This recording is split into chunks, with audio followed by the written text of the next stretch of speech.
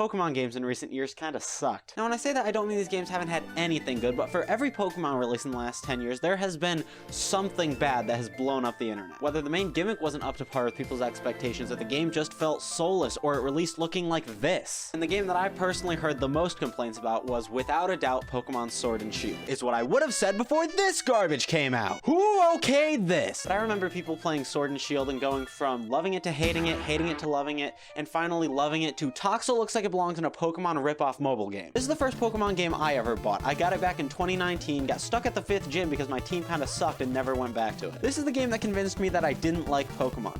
But more recently, I've come to find that I really like Pokemon. So I've come back to answer the question, was it really that bad? This is Galar, a Pokemon region that takes its inspiration from the United Kingdoms. Yep, worst Pokemon game, F tier, video done. The game opens with an intro cutscene of some dialogue from a guy with a suit who kicks off a battle between Mark Zuckerberg and a man who desperately needs to go on Queer Eye. Jersey, cape, flat brim snapback, need I say more? Cut to our dinky little cottagecore lesbian house where we're introduced to our friend and rival, Hop. Also our mom, who every time she speaks reminds me that I should put the game down and go dump tea into a harbor. Anyways, this kicks off the game's tutorial / exposition, which is over 2 hours long. I'll sum up. The RuPaul's Drag Race reject is the champion and also Hop's older brother. His name is Leon. This is where we pick our starters. Sobble is fucking disgusting and Scorbunny will grow up to play soccer, so Grookey is undebatably the best choice. Welcome to the team, Bongo. Welcome to the team, Bango. You chase a sheep into a hotboxed forest that's gotta be that good shit because you hallucinate a dog that definitely isn't there and immediately try to beat the shit out of it. There's a lot of dumb filler content. You meet Sonia, who literally is the lore of this game because no one else in the region gives a shit. Then you meet Professor Magnolia, who's barely in this game. You see her twice. Finally, you and Hop say a tearful goodbye to your moms, and Hop's mom says, "I knew this day was coming ever since you chose Sobble as your partner, darling." Which happened like 45 minutes ago. Yo, ma'am, you good? You've been going into the forest a bit too much recently? You and Hop depart and make your way to Modestoke City. But first you need to trek through the wild area. The wild area is a fun little place where, at least for the first few hours, you try to avoid all the actually cool Pokemon because they are a way higher level than you. It's also where you do these weird underground raid battle things where you get to fight Dynamaxed Pokemon. Shit, I forgot to talk about Dynamaxing. Okay, so every Pokemon game has its gimmick or whatever, and this game's is, look, Pokemon big. It raises a Pokemon's health, stats, attack, and I don't know. It's just one of those things that's good because it is. Okay, back to the story. You go to a hotel and you fight these guys from Team Yell, who aren't like an evil crime group in this game, but are actually just Marnie stands. This is Marnie, by the way. You wake up, you do this weird ceremony cutscene thing, and that's why I count the tutorial as having ended. We are still 50 minutes away from even being in the same town as the first gym. Now, if a 2-hour tutorial makes you think that the game might be holding the player's hand a little bit, you are absolutely right. This game does not trust the player to think or figure out anything. When you need to travel from the hotel back to the stadium for the ceremony, it does this weird fade to black teleport thing. It is an 8-second walk in a straight line from the hotel to the stadium. Allow me to escort you. What? And keep me from doing the 8-second walk? Would I get lost? There's also a permanent XP share between all of your Pokemon, which, I'll be honest, I don't mind because grinding is so annoying. And it keeps track of what moves are weak and super effective against what Pokemon. And on top of that, not a single character in this game has any personality except for maybe Hop, but he's just Izuku Midoriya. Young man, you too can become a hero. Also this chick, who's like 100% evil. Going into the first gym, my team consisted of Bango, who at this point had evolved into a Thwackey, this Fox, who I thought was a fire type but actually wasn't, but that of course didn't stop me from naming it Bing.com, this Yamper, who I'm convinced was made exclusively to sell plushies, a funny turtle, Big Bug, the only Pokemon to ever make me cry tears of both sadness and joy, and a plant I named Zaza because apparently I've never been funny or original in my entire life. I fought the gym leader, who reminds me of Tombo Tilbiddy, a random Yu-Gi-Oh character from the only episode I ever watched. I lost because I'm a fucking dumbass, and then I came back because what I lack in talent, I make up for in persistence. Then I caught a Pikachu, who I lovingly named Mudkip, and I set off for the next gym. Also up to this point, I have skipped over 4 rival battles. Can somebody please tell me how Hop is supposedly clearing these gyms? Who is he sleeping with? I've just been informed that Hop is in fact 10 years old. But anyways, this guy sucks at battling. I make it to the second gym, which actually has a puzzle that I kinda needed to think about, so props to it. It also has the baddest gym leader this side of the Mississippi. Nessa is so hot. Wait. Okay, good. Nessa is so hot. Anyways, I swept because I picked the grass type starter, and then we have a conversation with the guy in a suit from earlier, whose name is Chairman Rose, which is definitely not an evil guy name. And then we set off for the fire-type gym. I evolved the funny turtle on the way there and also caught a Sudowoodo because I like Sudowoodo. He's funny. Using those two, I was able to defeat Kabu, the fire-type gym leader. Hop goes to get his ass beat off screen. You then make your way to Hammerlock, which both serves as a secondary hub town and houses the 8th gym, led by this tall-ass lizard motherfucker. He's 6'8", by the way. What are you doing here, bro? The Lakers need your ass. From here, you're sent off to do the next 5 gyms. 2 on the left side of the map, 2 on the right, and finishing off back in Hammerlock. So I set off for the next gym, which was a fighting type gym. I caught a Galarian Yamask. I fucking love regional variants. And then got my ass handed to me by Bea. Something like that. Now, up to this point, I'd been playing this game with honor, which I promptly threw out after this in exchange for grinding Dynamax dens for XP candies. Pokemon is an incredibly deep game with layers and layers of complexity to its battles. You can play it like chess if you want. But I'm a stupid, lazy bitch who doesn't want to think that hard. I would just like to overlevel the hell out of my Pokemon, slap that game mode onto Switch, beat the shit out of every single gym battle, and call it a day. And by day, I mean like 5 fucking months. This video took way too long. So yeah, I came back with a level 40 Dusclops and a level 45 Butterfree. Her highest level Pokemon is 36.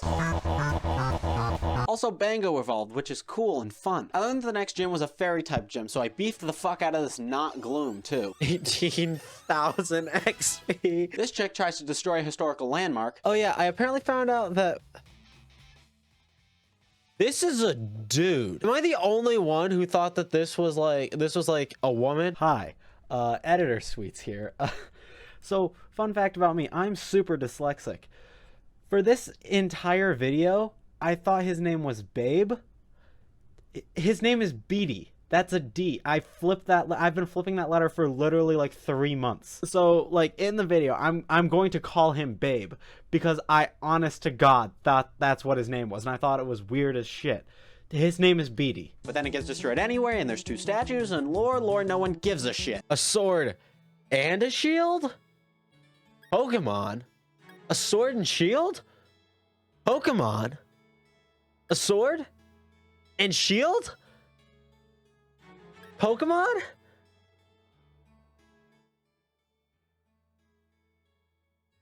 Pokemon? This is probably the prettiest area in the whole game. It looks beautiful. You can also tell that the devs did not try at all with this gym puzzle. And by that, I mean, what gym puzzle? The puzzle consists of several battles with weird and inaccurate trivia that either buffs or debuffs your Pokemon depending on your answers. And yeah, she does this in the gym battle too. Spam poison moves, and then we're off to this beautiful Arctic scenery, which is of course home to the rock type gym. Anyways, fuck this gym puzzle. This thing right here, fuck that. Whose idea was this? This sucks and I hate it and is bad, and you should too because it's very bad. But the gym is no problem because I have Bango, aka Joe Rogan, to sweep with grass type moves. Then there's the dark type gym, which is a whole city and where this bitch is from, and her brother's the gym leader and he does not do Dynamaxing. But what he failed to consider is, I have a very big bug. So I got lost, caught this thing, which turned into an Avalugg, and then went into the Dragon-type gym almost completely blind and surprised myself by winning. Then it's off to Route 10, where I lost half my Pokemon trying to catch this Vanillix and proceeded to black out. Twice. This leads us to Winden, where we proceed to fight whoever she is in the quarterfinals and Hop in the semifinals. But before I did that, I decided that I wasn't as overleveled as I wanted to be, so I went to do some raid battles to grind for XP candies. Holy fuck, these things got harder. Look at this fucking Obstagoon. It has that much shield, which also gets replenished later, and a move that literally blocks every single attack. What sick fuck at Game Freak did this? But I was able to squeak out with several large and extra large XP candies, along with catching a level 60 Gothitelle and Quillfish, who I named I Hate You and Bitch, respectively. Now it's time to fight the Elite Four and the champion. Oh, right, this game forgot to do any of its story, so it crams it all in right now. Okay, so the chairman is doing something that might be a little bad, so we send the greatest champion in history, along with 2 12-year-olds, of course, to stop it. But first we need to hunt down this guy with weird sunglasses and fight our way up to the top of the Eiffel Tower, where we are then stopped by Budget Mirage from The Incredibles. She's fucking nuts. If I beat you to pieces. I ended up getting caught in this cycle between my Gothitelle and her Milotic because I refused to use healing items. Finally, we beat her and we're taken to a conversation between the chairman and the champion, which switches to still images to preserve Zack Snyder's original vision. And the chairman's like, in 1,000 years, the Galar region will run out of energy, so we need to do everything we can as soon as possible to stop it. Oh yeah, that doesn't sound so bad. But in the most evil and damaging way that'll also interrupt the championship match tomorrow. And Leon is all like, dude, are you fucking kidding me? You can't wait like 7 minutes? So the championship match begins, and oh, yeah, before that, you need to fight Babe again, who says they'll retire if you beat them.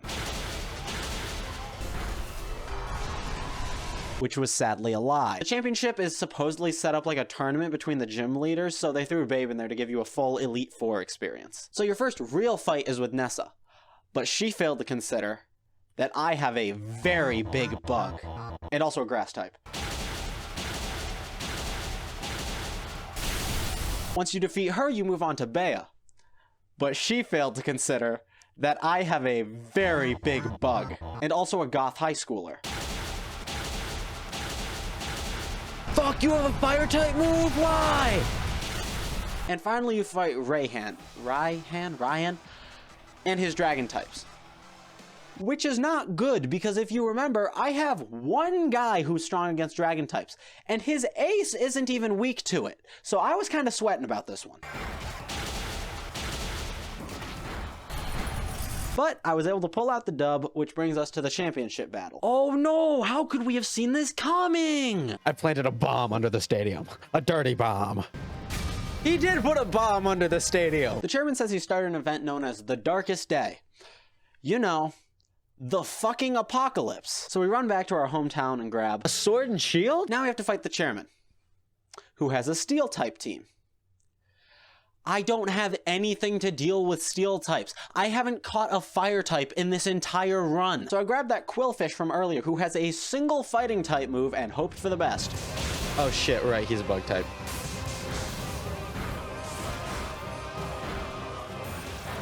I was down to my last legs. My only Pokemon with a super effective move was a few hits away from death. So remember how earlier I said I don't really use healing items?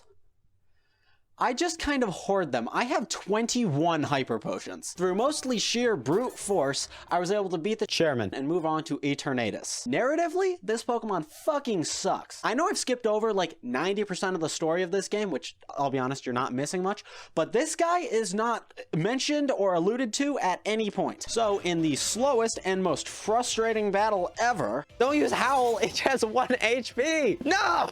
God damn it! Just use an attacking move! Someone! we catch Eternatus and finally get to the championship fight. I know it's cheap to use legendaries in the championship fight, but this Spirit Halloween bargain bin motherfucker has 2 dragon types. And remember, I still only have one Pokemon who has one move that has 5 PP that's strong against dragon types. Eternatus is Dragon Poison 65'7", and the Lakers need his ass. So my final team is Chili the Avalugg, Funny Turtle the Dreadnought, Eternatus the Eternatus, I Hate You the Gothitelle, Big Bug the Butterfree, and Bango the Rillaboom. Let's do this.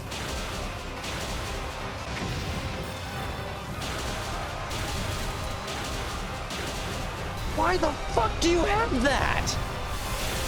He's fire flying. Why does he have a grass type move?